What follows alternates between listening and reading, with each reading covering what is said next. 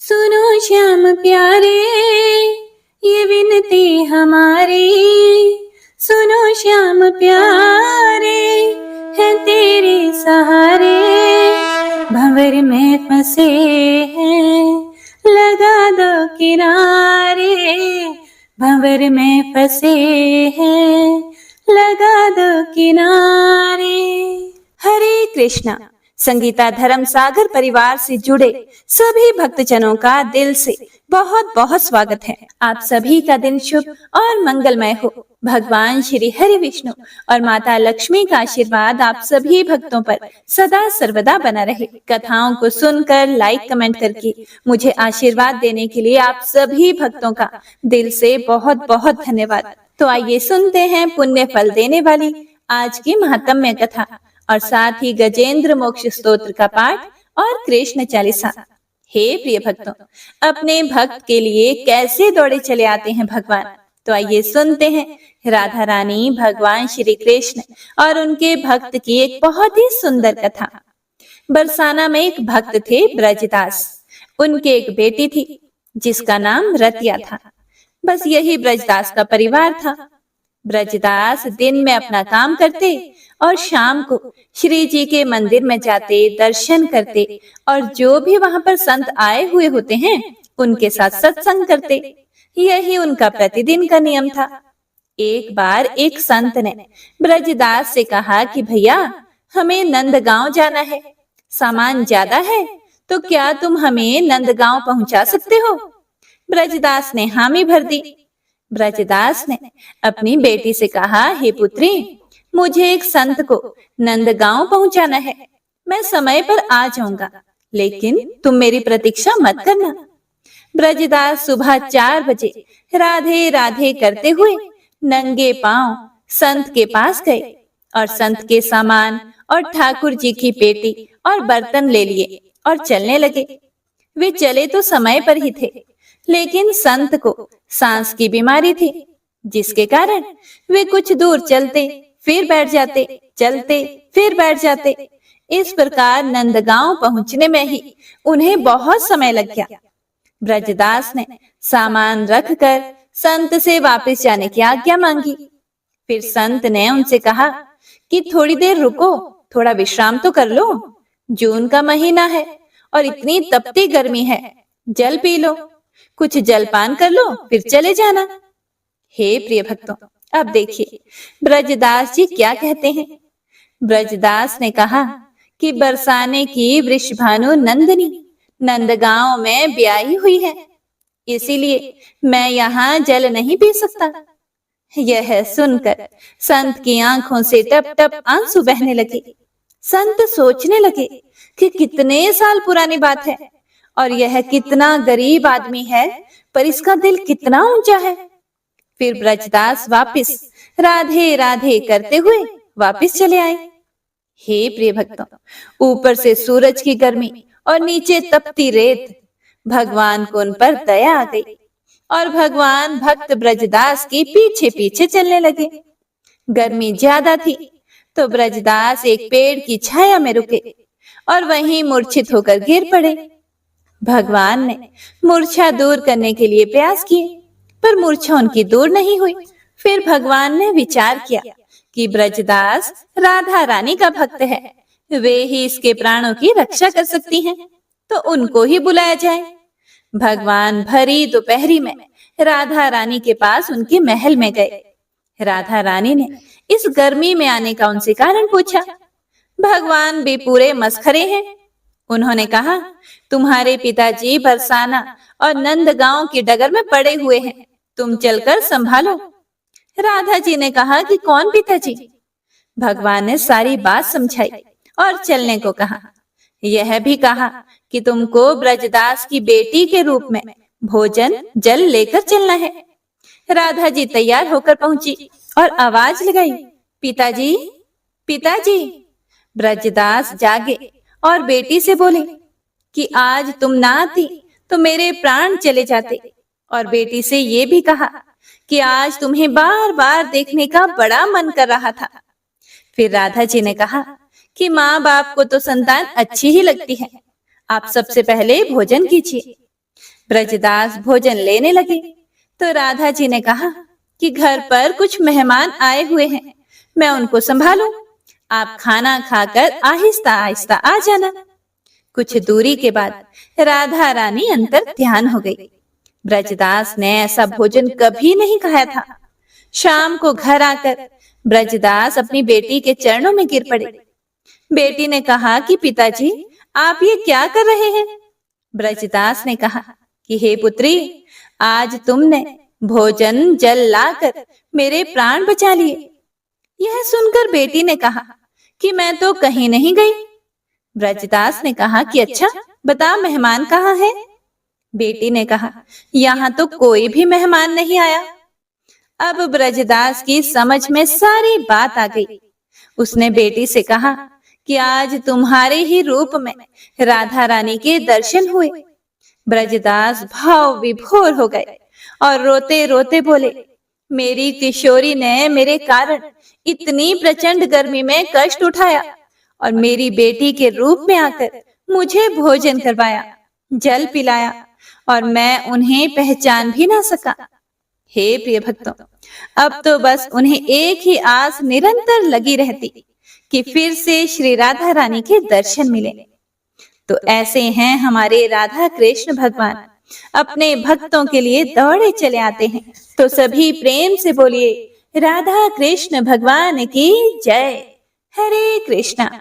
तो आइए अब सुनते हैं आज की महात्म्य कथा में आगे का वृतांत। ओम नमो नारायणाय। हे प्रिय भक्तों, भगवान नारायण कहते हैं कि संपूर्ण गोलोक का दर्शन करके उन तीनों देवताओं के मन में बड़ा हर्ष हुआ। वे फिर श्री राधा के प्रधान द्वार पर आए। उस द्वार का निर्माण उत्तम रत्नों और मणियों से हुआ था। वहां 2 वेदिकाएं थी। हल्दी के रंग की उत्तम मणि से, जिसमें हीरे का भी सम्मिश्रण था, बनाए गए श्रेष्ठ रतन मणि निर्मित किवाड़ उस द्वार की शोभा बढ़ाते थे। देवताओं ने देखा कि उस द्वार पर रक्षा के लिए परम उत्तम वीर भानु की नियुक्ति हुई है। वे रत्नों के बने हुए सिंहासन पर बैठे हैं, पीतांबर पहने हैं तथा रतनमय आभूषणों से विभूषित हैं। उनके मस्तक पर रतनमय मुकुट उद्भासित हो रहा है। विचित्र चित्रों से अलंकृत उस अद्भुत एवं विचित्र द्वार की रक्षा करते हुए द्वारपाल वीर भानु के पास जाकर देवताओं ने प्रसन्नता पूर्वक अपना सारा अभिप्राय निवेदन किया। तब द्वारपाल ने निशंक होकर उन देवेश्वरों से कहा, हे देवगण, मैं इस समय आज्ञा लिए बिना आप लोगों को अंदर नहीं जाने दूंगा। हे मुने, यह कहकर द्वारपाल ने श्री कृष्ण के स्थान पर सेवकों को भेजा और उनकी आज्ञा पाकर देवताओं को अंदर जाने की अनुमति दी। उससे पूछकर वे तीनों देवता दूसरे उत्तम द्वार पर गए, जो पहले से ही अधिक विचित्र, सुंदर और मनोहर था। हे नारद, उस द्वार पर नियुक्त हुए चंद्रभानु नामक द्वारपाल दिखाई दिए, जिनकी अवस्था किशोर थी। शरीर की कांति सुंदर और श्याम थी। वे सोने का बेंत हाथ में लिए रतनमय आभूषणों से विभूषित होकर रतनमय सिंहासन पर विराजमान थे। 5 लाख गोपों का समूह उनकी शोभा बढ़ा रहा था। उनसे पूछकर देवता लोग तीसरे उत्तम द्वार पर गए, जो दूसरे से भी अधिक सुंदर, विचित्र तथा मणियों के तेज से प्रकाशित था। हे नारद, वहां द्वार की रक्षा में नियुक्त सूर्य भानु नामक द्वारपाल दिखाई दिए, जो 2 भुजाओं से युक्त मुरलीधारी, किशोर, श्याम एवं सुंदर थे। उनके दोनों गालों पर 2 मणिमय कुंडल झलमला रहे थे। रत्न कुंडलधारी सूर्य भानु श्री राधा और श्री कृष्ण के परम प्रिय एवं श्रेष्ठ सेवक थे।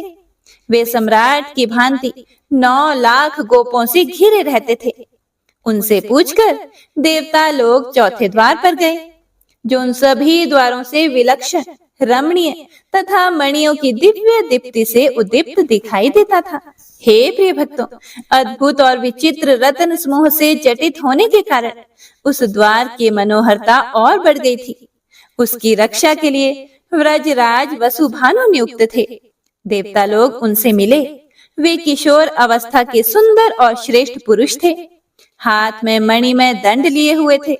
रमणीय आभूषणों से विभूषित होकर सिंहासन पर बैठे थे। पके बींब फल के समान लाल ओष्ठ और मंद मंद मुस्कान से वे अत्यंत मनोहर दिखाई देते थे। देवता लोग उनसे पूछकर पांचवें द्वार पर गए। वह हीरे की दीवारों पर अंकित विचित्र चित्रों से अत्यंत प्रकाशमान दिखाई देता था। वहां देव भानु नामक द्वारपाल मिले, जो रतनमय आभूषण धारण करके मनोहर सिंहासन पर आसीन थे। इस प्रकार एक एक करके जब वह 11वें द्वार पर पहुंचे, तो वह 11वां द्वार अत्यंत विचित्र और अद्भुत था। वहां सुंदर चित्र अंकित थे। वहां के द्वारपाल व्रजराज श्री दामा थे, जिन्हें राधिका जी अपने पुत्र के समान मानती थी। वे पीताम्बर से विभूषित थे। बहुमूल्य रत्नों द्वारा रचित रम्य सिंहासन पर आसीन थे और अमूल्य रत्नाभरण उनकी शोभा बढ़ाते थे। उनका रूप बड़ा ही मनोहर था। चंदन, अगुरु, कस्तूरी और कुमकुम से उनका श्रृंगार हुआ था। वे अपने कपोलों के योग्य कानों में उत्तम रत्नमय कुंडल धारण करके प्रकाशित हो रहे थे।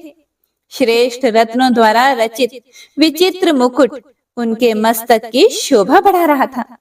प्रफुल्ल मालती पुष्पों की मालाओं से उनके सारे अंग विभूषित थे।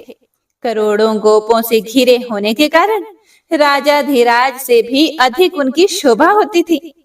उनकी अनुमति लेकर देवता लोग प्रसन्नता पूर्वक 12वें द्वार पर गए, जहां बहुमूल्य रत्नों की बनी हुई बहुत सी वेदिकाएं प्रकाशित हो रही थी। वह विचित्र द्वार सबके लिए दुर्लभ, अदृश्य और अश्रुत था।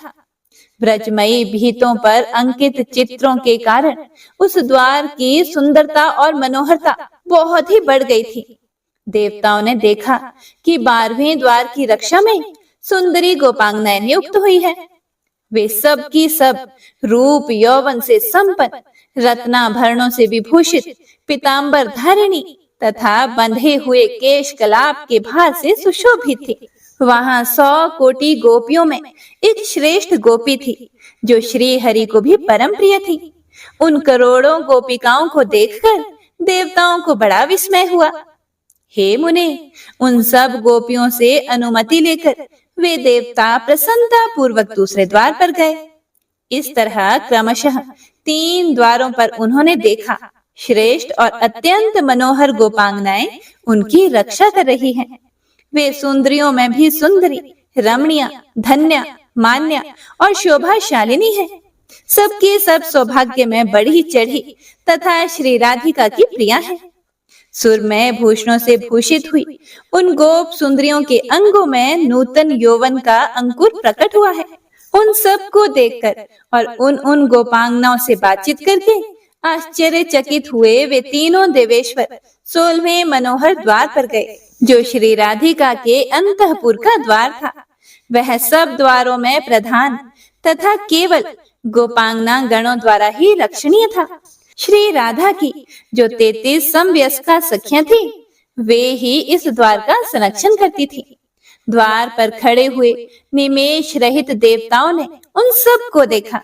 वह द्वार श्रेष्ठ मणि रत्नों की वेदिकाओं से सुशोभित था। इंद्र नील मणि के बहुत से खंबे उसकी शोभा बढ़ा रहे थे।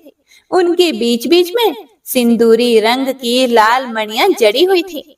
उस द्वार को पारिजात पुष्पों की मालाओं से सजाया गया था। उन्हें छूकर बहने वाली वायु वहां सर्वत्र सुगंध फैला रही थी।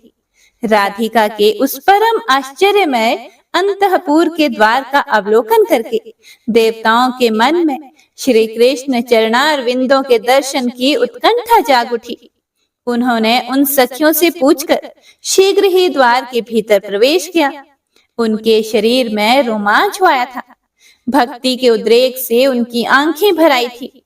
उनके मुख और कंधे कुछ कुछ झुक गए थे। अब देवताओं ने श्री राधिका के उस श्रेष्ठ अंतःपुर को अत्यंत पास से देखा। समस्त मंदिरों के मध्य भाग में एक मनोहर चतुःशाला थी, जिसकी रचना बहुमूल्य रत्नों के सार भाग से की गई थी। हे नारद, करोड़ों रत्नमय कलश, तथा रतन निर्मित पात्र वहां सजाकर रखे गए थे, जो बहुमूल्य होने के साथ ही बहुत सुंदर भी थे। उनसे उस चतुशाला की बड़ी शोभा हो रही थी। अनेक प्रकार के वाद्यों की मधुर ध्वनि वहां गूंज रही थी। वीणा आदि के स्वर यंत्रों के साथ गोपियों का सुमधुर गीत सुनाई पड़ता था। मृदंग तथा अन्य अन्य वाद्यों की ध्वनि से वह स्थान बड़ा मोहक जान पड़ता था। ऐसे अंतःपुर को देखकर वे देवता विस्मय से विमुग्ध हो उठे। उन्होंने वहां मधुर गीत सुना और उत्तम नृत्य भी देखा। वे सभी देवता वहां स्थिर भाव से खड़े हो गए। उन सब का मन ध्यान में एक तान हो रहा था। उन देवेश्वरों को वहां रमणीय रतन सिंहासन दिखाई दिया, जो 100 धनुष के बराबर विस्तृत था। वह सब ओर से मंडलाकार दिखाई देता था। श्रेष्ठ रत्नों के बने हुए छोटे छोटे कलश समूह उसमें जुड़े हुए थे। वह करोड़ों सूर्यों के समान प्रकाशमान था। उस तेज स्वरूप को देखकर वे सभी देवता ध्यान मगन हो गए तथा भक्ति भाव से मस्तक और कंधे झुकाकर बड़ी श्रद्धा के साथ उसको प्रणाम करने लगे। हे प्रिय भक्तों, उस समय परमानंद की प्राप्ति से उनके नेत्रों में आंसू भर आए थे और सारे अंग पुलकित हो गए थे।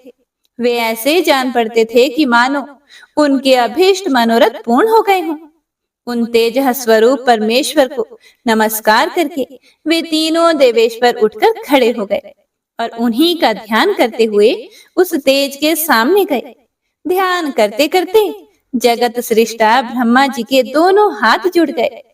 आगे श्री नारायण जी बोले, हे नारद, उन्होंने शिव को दाहिने और धर्म को बाएं कर लिया तथा वे भक्ति के उद्रेक से चित्त को ध्यान मगन करके उन परात्पर गुणातीत परमात्मा जगदीश्वर श्री कृष्ण की स्तुति करने लगे। ब्रह्मा जी बोले, जो वर, वरेण्य, वरद, वरदायकों के कारण तथा संपूर्ण प्राणियों की उत्पत्ति के हेतु हैं, उन तेज स्वरूप परमात्मा को मैं नमस्कार करता हूँ। जो मंगलकारी, मंगल के योग्य, मंगल रूप, मंगलदायक तथा समस्त मंगलों के आधार है, उन तेजोमय परमात्मा को मैं प्रणाम करता हूँ। आप निराकार होकर भी दिव्य आकार धारण करते हैं, इंद्रियातीत होकर भी इंद्रिय युक्त होते हैं। आप सबके साक्षी हैं, लेकिन आपका साक्षी कोई नहीं है। आप तेजोमय परमेश्वर को मेरा नमस्कार है। आपके पैर नहीं है, फिर भी आप चलने की योग्यता रखते हैं। नेत्रहीन होकर भी सबको देखते हैं। हाथ और मुख से रहित होकर भी भोजन करते हैं। आप तेजोमय परमात्मा को मेरा नमस्कार है। वेद में जिस वस्तु का निरूपण है, विद्वान पुरुष उसी का वर्णन कर सकते हैं। जिसका वेद में भी निरूपण नहीं हो सकता है, आपके उस तेजोमय स्वरूप को मैं नमस्कार करता हूँ। हे परमेश्वर, आपका जो परम सुंदर और कमनीय किशोर रूप है, जो मंत्रोक्त ध्यान के अनुरूप है, आप उसी का हमें दर्शन कराइए। जिसकी अंग कांति नूतन जलधर के समान श्याम है, जो पीतांबरधारी तथा परम सुंदर है, जिसके 2 भुजाएं, हाथ में मुरली और मुख पर मंद मंद मुस्कान है, जो अत्यंत मनोहर है। माथे पर मोर पंख का मुकुट धारण करता है, मालती के पुष्प समूहों से जिसका श्रृंगार किया गया है, जो चंदन, अगुरु, कस्तूरी और केसर के अंगराग से चर्चित है, अमूल्य रत्नों के सार तत्व से निर्मित आभूषणों से विभूषित है, बहुमूल्य रत्नों के बने हुए किरीट मुकुट जिसके मस्तक को उद्भासित कर रहे हैं, जिसका मुख चंद्र शरद काल के प्रफुल्ल कमलों की शोभा को चुराए लेता है, जो पके बींब फल के समान लाल होंठों से सुशोभित है, परिपक्व अनार के बीज की भांति चमकीली दंत पंक्ति जिसके मुख की मनोरमता को बढ़ाती है, जो रास रस के लिए उत्सुक होकर केली कदम्ब के नीचे खड़ा है, गोपियों के मुखों की ओर देखता है तथा श्री राधा के वक्ष स्थल पर विराजित है। आपके उसी केली रसोत्सुक रूप को देखने की हम सभी की इच्छा है। ऐसा कहकर विश्व विधाता ब्रह्मा उन्हें बारंबार प्रणाम करने लगे धर्म और शंकर ने भी इसी स्तोत्र से उनका स्तवन किया तथा नेत्रों में आंसू भरकर बारंबार वंदना की।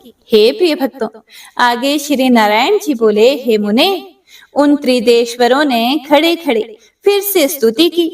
वे सब के सब वहां भगवान श्री कृष्ण के तेज से व्याप्त हो रहे थे। धर्म, शिव जी और ब्रह्मा जी के द्वारा किए गए इस स्तवराज को जो प्रतिदिन श्री हरि के पूजा काल में भक्ति पूर्वक पढ़ता या सुनता है, वह उनकी अत्यंत दुर्लभ और दृढ़ भक्ति प्राप्त कर लेता है। देवता, असुर और मुनींद्रों को श्री हरि का दास्य दुर्लभ है, लेकिन इस स्तोत्र का पाठ करने वाला उसे पा लेता है। साथ ही अणिमा आदि सिद्धियों तथा सालोक्य आदि 4 प्रकार की मुक्तियों को भी प्राप्त कर लेता है। हे मुने, इस लोक में भी वह भगवान विष्णु के समान ही विख्यात और पूजित होता है, इसमें संशय नहीं है। निश्चय ही उसे वाक सिद्धि और मंत्र सिद्धि भी सुलभ हो जाती है। वह संपूर्ण सौभाग्य और आरोग्य लाभ करता है। उसके यश से सारा जगत पूर्ण हो जाता है। वह इस लोक में पुत्र, विद्या, कविता, स्थिर लक्ष्मी, साध्वी, सुशीला, पतिव्रता पत्नी, सुस्थिर संतान तथा चिरकाल स्थायिनी कीर्ति प्राप्त कर लेता है और अंत में उसे श्री कृष्ण के निकट स्थान प्राप्त होता है। ओम नमो नारायणाय। तो आज का अध्याय यहीं पर समाप्त होता है। इससे आगे का वृतांत आप अगले अध्याय में जरूर सुनिएगा। आइए अब गजेंद्र मोक्ष स्तोत्र का पाठ करते हैं। इस माह में गजेंद्र मोक्ष स्तोत्र पढ़ने मात्र से जहां हर तरह के ऋण कर्ज से मुक्ति मिलती है, वहीं 10 दिशाओं से शुभ फल दिलाने में भी सक्षम है। इस स्तोत्र का जाप करने से जीवन में किसी भी प्रकार की परेशानियों से मुक्ति मिलती है। श्रीमद् भगवत गीता के 3रे अध्याय में गजेंद्र स्तोत्र पढ़ने को मिलता है। इस स्तोत्र में हाथी और मगरमच्छ के साथ हुए युद्ध का वर्णन किया गया है और गजेंद्र जब युद्ध से हार जाता है तो भगवान श्री हरि विष्णु का ध्यान करके उनकी स्तुति करता है और उसकी स्तुति से प्रसन्न होकर भगवान श्री हरि विष्णु आते हैं और उसे मोक्ष प्रदान करते हैं। और हे प्रिय भक्तों, इस पाठ को करते समय अगर हम अपने मन में यह भावना रखें कि हे श्री हरि विष्णु, हे मेरे प्रभु, जिस प्रकार से आपने गजेंद्र को परेशानी से बाहर निकाला, उसी प्रकार से हमें भी हमारी परेशानियों से बाहर निकालिए, तो यकीन मानिए निश्चित ही भगवान श्री हरि विष्णु हमारी मदद स्वयं करते हैं। तो आइए अब सच्चे मन से भगवान श्री हरि विष्णु का ध्यान करके इस परम कल्याणकारी स्तोत्र का पाठ करते हैं। जय श्री हरि विष्णु। शुक जी ने कहा कि बुद्धि के अनुसार पिछले अध्याय में वर्णन किए गए रीति से अपने मन को नियंत्रित करके और हृदय को स्थिर करके गजेंद्र अपने पिछले जन्म में याद किए गए सर्वोच्च कार्य और बार बार जप किए जाने वाले स्तोत्र का जाप करने लगा। गजेंद्र ने मन ही मन श्री हरि को ध्यान करते हुए कहा, जिनके प्रवेश करने से शरीर और मन चेतन की तरह व्यवहार करने लगते हैं, ओम द्वारा लक्षित और पूरे शरीर में प्रकृति और पुरुष के रूप में प्रवेश करने वाले उस सर्वशक्तिमान देवता का मैं मन ही मन स्मरण करता हूँ, जिनके सहारे ये पूरा संसार टिका हुआ है, जिनसे ये संसार अवतरित हुआ है और जिन्होंने प्रकृति की रचना की है और जो खुद उसके रूप में प्रकट हैं, लेकिन इसके बावजूद भी वो इस पूरी दुनिया से सर्वोपरि और श्रेष्ठ हैं। ऐसे अपने आप और बिना किसी कारण के भगवान की मैं शरण में जाता हूँ और अपने संकल्प शक्ति के बल पर अपने ही स्वरूप में रचित और सृष्टि काल में प्रकट एवं प्रलय में अप्रकट रहने वाले इस शास्त्र प्रसिद्धि प्राप्त कार्य कारण रूपी संसार को, जो बिना कुंठित दृष्टि के साक्ष्य रूप में देखते रहने पर भी लिप्त नहीं होते, चक्षु आदि प्रकाशकों के परम प्रकाशक प्रभु, आप मेरी रक्षा करें। बीतते गए समय के साथ तीनों लोकों और ब्रह्मादि लोकपालों के पंचभूत में प्रवेश कर जाने पर और पंचभूतों से लेकर महत्वपूर्ण सभी कारणों के उनकी परम करुणा स्वरूप प्रकृति में मगन हो जाने पर उस समय दुर्गेय और घोर अंधकार रूपेण प्रकृति ही बच रही थी। उस अंधकार से परे अपने परम धाम में जो सर्वव्यापी भगवान सभी दिशाओं में प्रकाशित होते रहते हैं, वो भगवान मेरी रक्षा करें। विभिन्न नाट्य रूपों में अभिनय करने वाले और उस अभिनेता के वास्तविक स्वरूप को जिस प्रकार से साधारण लोग भी नहीं जान पाते, उसी तरह से सत्व प्रधान देवता और महर्षि भी जिनके स्वरूप को नहीं जान पाते, ऐसे में कोई साधारण प्राणी उनका वर्णन कैसे कर सकता है। ऐसे दुर्गम चरित्र वाले भगवान मेरी रक्षा करें। अनेकों शक्ति से मुक्त सभी प्राणियों को आत्म बुद्धि प्रदान करने वाले, सबके बिना कारण हित और अतिशय साधु स्वभाव ऋषि मुनिजन, जिनके परम स्वरूप को देखने की इच्छा के साथ वन में रहकर अखंड ब्रह्मचर्य तमाम अलौकिक व्रतों को नियमों के अनुसार पालन करते हैं, ऐसे प्रभु ही मेरी गति है। वह जिनका हमारी तरह ना तो जन्म होता है और ना जिनके द्वारा अहंकार प्रेरित कर्म ही होते हैं, जिनके निर्गुण स्वरूप का ना कोई नाम है और ना ही कोई रूप है, इसके बावजूद भी समय के साथ इस संसार की सृष्टि और प्रलय के लिए अपनी इच्छा से अपने जन्म को स्वीकार करते हैं।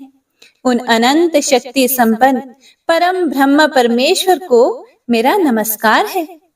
उन प्राकृत आकार रहित और अनेक रूप वाले अद्भुत भगवान को मेरा बारंबार नमस्कार है। स्वयं प्रकाशित सभी साक्ष्य परमेश्वर को मेरा शत शत नमन है। वैसे देव जो मन, वाणी और चित्त वृत्तियों से परे हैं, उन्हें मेरा बारंबार नमस्कार है। विवेक से परिपूर्ण पुरुष के द्वारा सभी सत्व गुणों से परिपूर्ण निवृत्ति धर्म के आचरण से मिलने योग्य और मोक्ष सुख की अनुभूति रूपी भगवान को मेरा नमस्कार है।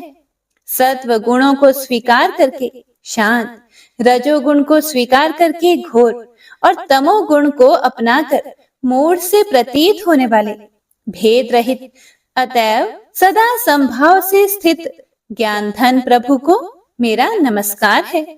शरीर, इंद्रिय आदि के समुदाय रूप सभी पिंडों के ज्ञाता, सबके स्वामी और साक्षी स्वरूप प्रभु को मेरा बारंबार नमस्कार है।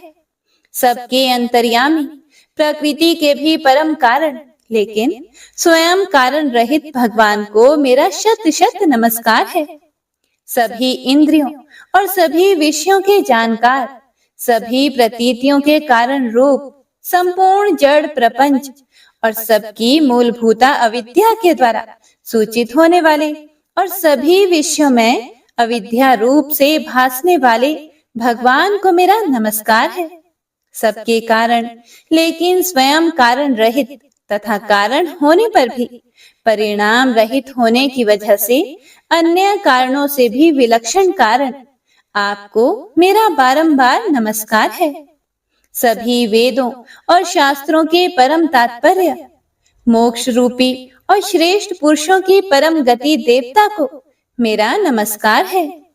वह जो त्रिगुण रूपों में छिपी हुई ज्ञान रूपी अग्नि है, वैसे गुणों में हलचल होने पर जिनके मन में संसार को रचने की वृत्ति उत्पन्न हो उठती हो और जो आत्मा तत्व की भावना के द्वारा विधि निषेध रूप शास्त्र से भी ऊपर उठे हों, जो महाज्ञानी महात्माओं में स्वयं प्रकाशित हो रहे हैं, ऐसे भगवान को मेरा नमस्कार है। मेरे जैसे शरणागत पशु के समान जीवों की अविद्या रूप फांसी को पूर्ण रूप से काट देने वाले परम दयालु और दया करने में कभी भी आलस्य नहीं करने वाले भगवान को मेरा नमस्कार है। अपने अंश से सभी जीवों के मन में अंतर्यामी रूप से प्रकट होने वाले सर्वनियंता अनंत परमात्मा आपको मेरा नमस्कार है। जो शरीर, पुत्र, मित्र, घर और संपत्ति सहित कुटुंबियों में अशक्त लोगों के द्वारा कठिनाई से मिलते हों और मुक्त पुरुषों के द्वारा अपने हृदय में निरंतर चिंतित ज्ञान स्वरूप सर्व समर्थ परमेश्वर को मेरा नमस्कार है। वह जिन्हें धर्म, अभिलाषित भोग, धन और मोक्ष की कामना से मनन करके लोग अपनी मनचाही इच्छा पूर्ण कर लेते हैं, अपितु जिन्हें विभिन्न प्रकार के अयाचित भोग और अविनाशी पार्षद शरीर भी देते हैं, वैसे अत्यंत दयालु प्रभु मुझे इस प्रकार की विपदा से हमेशा के लिए बाहर निकालें। वह जिनके एक से अधिक भक्त हैं, जो मुख्य रूप से एकमात्र उसी भगवान की शरण में हैं, जो धर्म, अर्थ आदि किसी भी पदार्थ को नहीं चाहते, अपितु जो केवल उन्हीं के परम मंगलमय एवं अत्यंत विलक्षण चरित्र का गुणगान करते हुए उनके आनंदमय समुद्र में गोते लगाते रहते हैं। उन अविनाशी, सर्वव्यापी, सर्वमान्य ब्रह्मादि के भी नियामक, अभक्तों के लिए भी हमेशा प्रकट होने वाले, भक्ति योग द्वारा प्राप्त अत्यंत निकट होने पर भी माया के कारण अत्यंत दूर महसूस होने वाले, इंद्रियों के द्वारा अगम्य और अत्यंत दुर्विज्ञ, अंत रहित, लेकिन सभी के आदि कारक और सभी तरफ से परिपूर्ण उन प्रभु की मैं स्तुति करता हूँ। वो जो ब्रह्मा सहित सभी देवता, चारों वेद तथा समस्त चराचर जीव नाम और आकृति भेद से जिनके अत्यंत क्षुद्र अंशों से रचे गए हैं, जिस तरह से जलती हुई अग्नि की लपटें और सूरज की किरणें बार बार निकलती हैं और फिर से अपने कारण में ही लीन हो जाती है, उसी प्रकार बुद्धि, मन, इंद्रियां और नाना योनियों के शरीर, जिन सभी गुणों से प्राप्त शरीर जो स्वयं प्रकाश परमात्मा से प्रकट होता है और फिर से उन्हीं में लीन हो जाता है, वह प्रभु जो ना तो देवता है, ना असुर, ना मनुष्य है और ना ही मनुष्य से नीचे किसी अन्य योनि के प्राणी, ना ही वो स्त्री हैं और ना ही पुरुष, ना ही नपुंसक और ना ही वो कोई ऐसे जीव हैं जिनका इन तीनों ही श्रेणी में समावेश है। वो ना तो गुण है, ना कर्म, वो ना ही कार्य है और ना ही कारण। इन सभी योनियों का निषेध होने पर जो बचता है वही उनका असली रूप है और वे ही सब कुछ हैं। ऐसे प्रभु मेरा उत्थान करने के लिए प्रकट हो। अब मैं इस मगरमच्छ के चंगुल से आजाद होने के बाद जीवित नहीं रहना चाहता। इसकी वजह ये है कि मैं सभी तरफ से अज्ञानता से ढके इस हाथी के शरीर का क्या करूं? मैं आत्मा के प्रकाश से ढक देने वाले अज्ञानता से युक्त इस हाथी के शरीर से मुक्त होना चाहता हूँ, जिसका काल क्रम से अपने नाश नहीं होता, बल्कि ईश्वर की दया और ज्ञान से उदय हो पाता है। इस प्रकार से मोक्ष के लिए लालायित संसार के रचयिता स्वयं संसार के रूप में प्रकट, लेकिन संसार से परे, संसार में एक खिलौने की भांति खेलने वाले, संसार में आत्म रूप से व्याप्त, अजन्मा, सर्वव्यापी एवं प्रापत्य वस्तुओं में सर्वश्रेष्ठ श्री हरि का केवल स्मरण करता हूँ और उनकी शरण में जाता हूँ, जिन्होंने भगवत भक्ति रूपी योग के द्वारा कर्मों को जला डाला है, जिन्हें समस्त योगी ऋषि अपने योग के द्वारा अपने शुद्ध हृदय में प्रकट देखते हैं। उन योगेश्वर भगवान को मेरा नमस्कार है। वह जिनके त्रिगुणे शक्तियों का राग, रूप, वेग और असह्य है, जो सभी इंद्रियों के विषय रूप में मौजूद है। वह जिनकी इंद्रियां समस्त विषयों में ही बसी रहती है। ऐसे लोगों को जिनको मार्ग मिलना भी संभव नहीं है, वैसे शरणागत एवं अपार शक्तिशाली वाले भगवान आपको मेरा बारंबार नमस्कार है। जिनकी अविद्या नाम के शक्ति के कार्य रूप अहंकार से ढके हुए हैं, वह जिनके रूप को जीव समझ नहीं पाते हैं, ऐसे अपार महिमा वाले भगवान की मैं शरण लेता हूँ। हे प्रिय भक्तों, श्री सुखदेव जी कहते हैं कि वह है जिसने पूर्व प्रकार से भगवान के भेद रहित सभी निराकार रूप का वर्णन किया था। उस गजराज के करीब जब ब्रह्मा आदि अन्य कोई भी देवता नहीं आए, जो अपने विभिन्न प्रकार के विशेष विग्रहों को ही अपना रूप मानते हैं, ऐसे में साक्षात विष्णु जी, जो सभी के आत्मा होने के कारण सभी देवताओं के रूप हैं, तब वह वहां पर प्रकट हुए। गजराज को इस प्रकार से दुखी देखकर और उसके पढ़े गए स्तुति को सुनकर चक्रधारी प्रभु इच्छानुसार वेग वाले गरुड़ की पीठ पर सवार होकर सभी देवों के साथ उस स्थान पर पहुंचे जहां वह गज था। गज अर्थात हाथी था। सरोवर के अंदर महाबलशाली मगरमच्छ द्वारा जकड़े और दुखी उस हाथी ने आसमान में गरुड़ की पीठ पर बैठे और हाथों में चक्र लिए भगवान श्री हरि विष्णु को आते हुए जब देखा, तो वह अपनी सूंड में पहले से ही उनकी पूजा के लिए रखे कमल के फूल को श्री हरि पर बरसाते हुए कहने लगा, सर्व पूज्य भगवान श्री हरि नारायण, आपको मेरा प्रणाम है। सर्व पूज्य भगवान श्री हरि, आपको मेरा नमस्कार है। लाचार हाथी को पीड़ित देखकर श्री हरि विष्णु गरुड़ से नीचे उतरकर सरोवर में उतर आए और वह दया से प्रेरित होकर ग्राह सहित उस गज को तुरंत ही सरोवर से बाहर निकाल आए और देवताओं के देखते ही देखते अपने चक्र से मगरमच्छ के गर्दन को काट दिया और हाथी को उस पीड़ा से बाहर निकाल लिया। तो इसी के साथ गजेंद्र मोक्ष स्तोत्र संपूर्ण हुआ। तो सभी एक बार प्रेम से बोलिए, भगवान श्री हरि विष्णु की जय। बंशी शोभित कर मधुर नील जलद तन श्याम, अरुण अधर जनु बिंब फल नयन कमल अभिराम, पूर्ण इंद्र अरविंद मुख पीतांबर शुभ साज, जय मन मोहन मदन छवि कृष्ण चंद्र महाराज।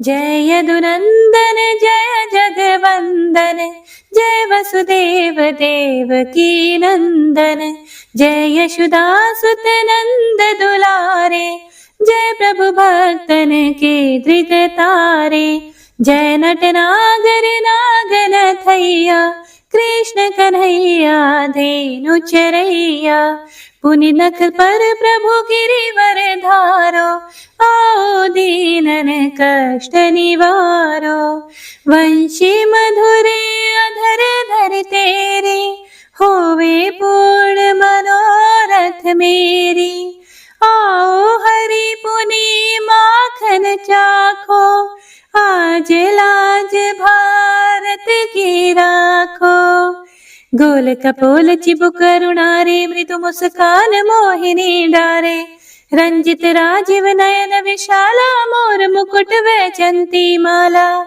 कुंडल श्रवण पीत पटाछे, कटि किंकणी काछन काछे, नील जलज सुंदर तनु सोहे, छवि लख सुर नर मुनि मन मोहे, मस्तक तिलक अलक घुंघराले, आओ कृष्ण बांसुरी वाले, करि पय पान पूत नहीं तार्यो, अका बका का सुर मार्यो, मधुवन जलत अग्नि जब ज्वाला, भई शीतल लखि तहि नंद लाला, सुरपति जब ब्रज चढ़े और साई, मौसर धार वारी वर्षाई, लगत लगत ब्रज चहन बहायो, गोवर्धन नख धारी बचायो, लखी यशोदा मन ब्रह्माधिकाई, मुख मह 14 भुवन दिखाई, दुष्ट कंस अति उधम मचायो, कोटि कमल जब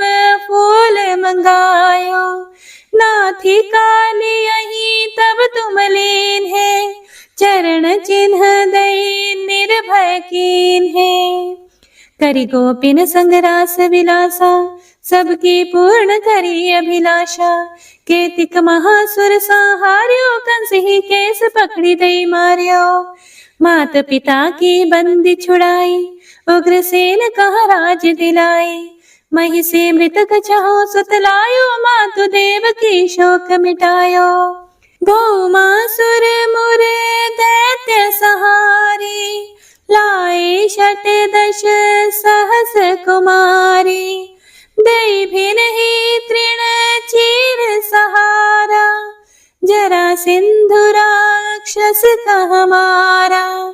असुर बकासुर आदिक मार्यो, भक्तन के तब कष्ट निवार्यो। दीन सुदामा के दुख टार्यो, तंदुल 3 मूठ मुख डार्यो। प्रेम के साग विदुर घर मांगे, दुर्योधन के मेवा त्यागे। लखी प्रेम की महिमा भारी, ऐसे श्याम दीन हितकारी। भारत के पारथ रथ हाके, लिए चक्र करे नहीं बलता के।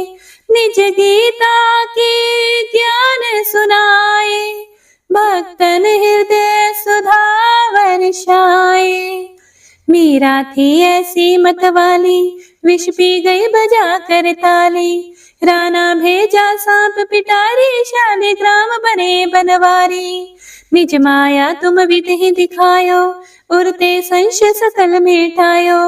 तब शत निंदा कर तत्काला, जीवन मुक्त भयो शिशुपाला। जब ही द्रौपदी टेर लगाई, दीनानाथ लाज अब जाई। तुरत ही वसन बने नंदलाला, बढ़े चीर भई अरि मोह काला। असनाथ के नाथ कन्हैया, डूबत भंवर बचावत नैया। सुंदर दास आसुर धारी, दया दृष्टि कीजे बनवारी। नाथ सकल मम कुमति निवारो, क्षमहु बेगी अपराध हमारो। खोलो पट अब दर्शन दीजिए, बोलो कृष्ण कन्हैया की जय। बोलो कृष्ण कन्हैया की जय। बोलो कृष्ण कन्हैया की जय। यह चालीसा कृष्ण का पाठ करे उरधारी। अष्ट सिद्धि नवनिधि फल, लहे पदारथ चारी। जय श्री कृष्ण।